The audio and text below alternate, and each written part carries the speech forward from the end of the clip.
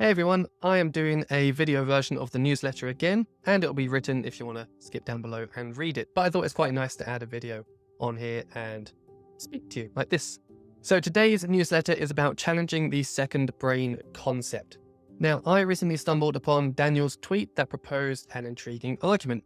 He said that he's pretty convinced that not taking notes makes his mind sharper, and that the brain is like a muscle, build a second brain and you lose the first one.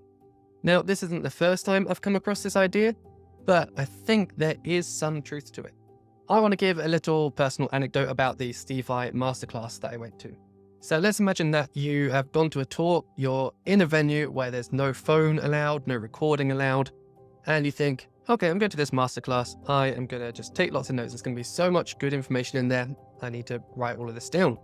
And then the lights dim and you realize you're not going to be able to use a pen and paper either.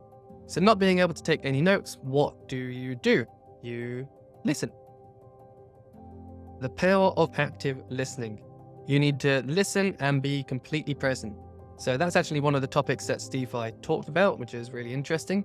Being present means not obsessing over all the things that they're saying, not trying to memorize everything, not thinking about how am I going to use this in my day-to-day life. It's just about being there and really listening to what's going on. Humans did this for thousands of years. We talked to each other, we listened to each other, we remembered each other's names and what the conversations were about.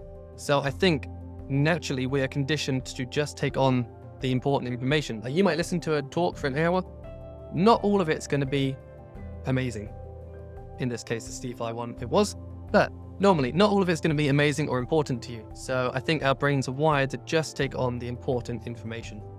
Now, this doesn't mean that having a second brain is a bad thing. I actually think it's an amazing thing. So I've got my entire journal inside my second brain. It's all inside Obsidian. I make notes in there. This script and newsletter is written inside there as well.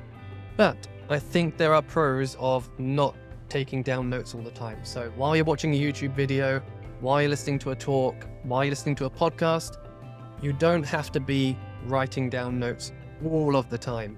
I feel like if you do that, then you are missing a lot of it. You're really, a lot of the time, writing down what that person is saying. You're just taking all their words. They might say it in a long-winded way, like I'm saying things right now, and you are just jotting it down in a small, condensed version.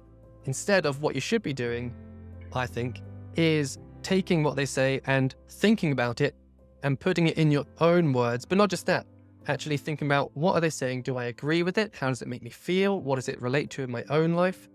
I think that's where personal note-taking and having a second brain really comes in. For me, in this Steve I instance, what I did was waited till the talk was over, went outside, got in the car, got my phone out, hit record on audio pen, and then just said everything that I needed to say. And it was all over the place. My ideas were coming out everywhere. But audio pen put it all together nicely for me. And I went, oh, yeah, here's a nice, neat thing of what I actually think. Even though it's AI turning it around a little bit, it's still my thoughts. It's just a much neater version than what I could probably write in the short kind of 10-15 minute space.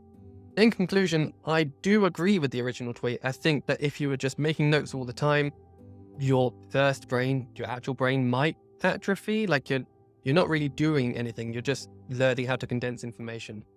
But I believe in the importance of having a second brain. Put everything in there, put all the important stuff in there, organize your thoughts, have your own philosophy, like what do you actually think? What are your values? I think that's a really important thing to build upon and learn more about yourself.